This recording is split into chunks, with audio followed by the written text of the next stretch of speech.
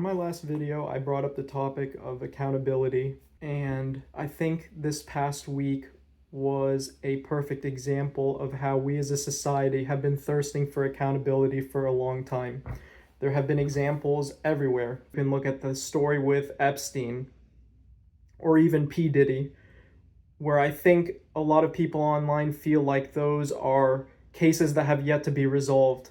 I mean, the government has basically denied even pursuing people that were affiliated with Epstein. P. Diddy was acquitted on his court case, and I think more recently, and to kind of narrow it down to two other more personal issues, the stabbing of the Ukrainian woman Irina, and even the outrage over Charlie Kirk and people celebrating and practicing what is known online now as consequence culture.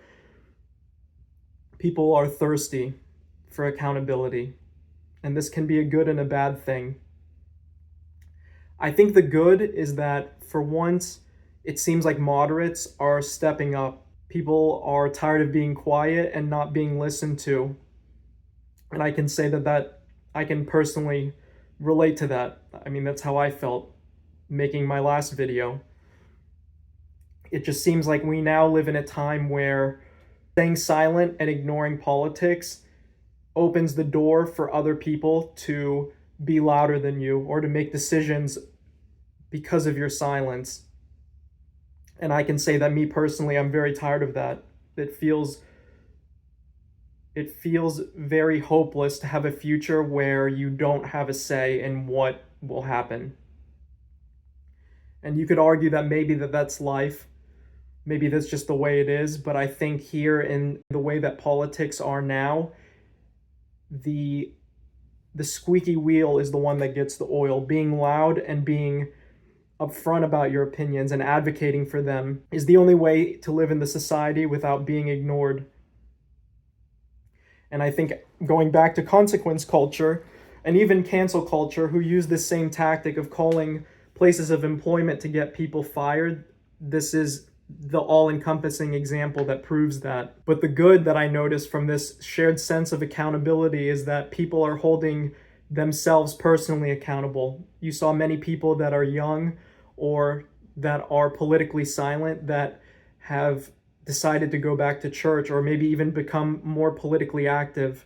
And I think those two are the best things that have come out of these tragedies, is that more people are becoming involved in the conversation. I think most political issues over the last few years have kind of boiled down to where the extremists on both sides are the only ones that are yelling in the public square, and because of this, there becomes a dichotomy where the extreme policies on both sides become the only binary that exists, completely removing the people in the middle, or I would say the moderates on either side.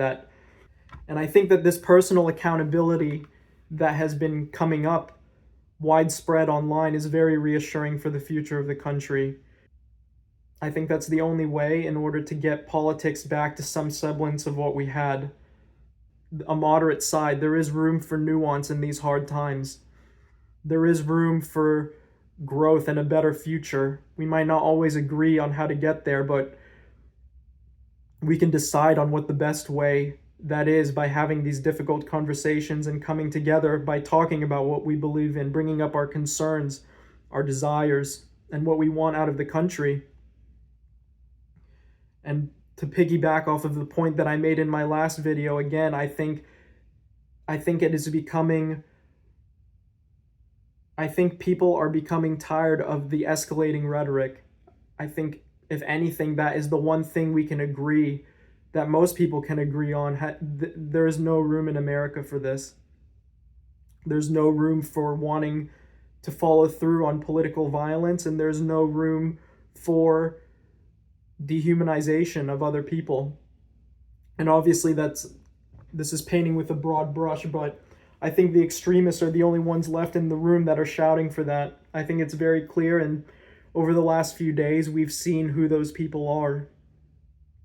And my final point, which is what I hope more people come to realize, is that if we leave them to be the only two people shouting at each other in the room, then our future will be dictated by the options left by those two sides. That's the simple fact of the matter.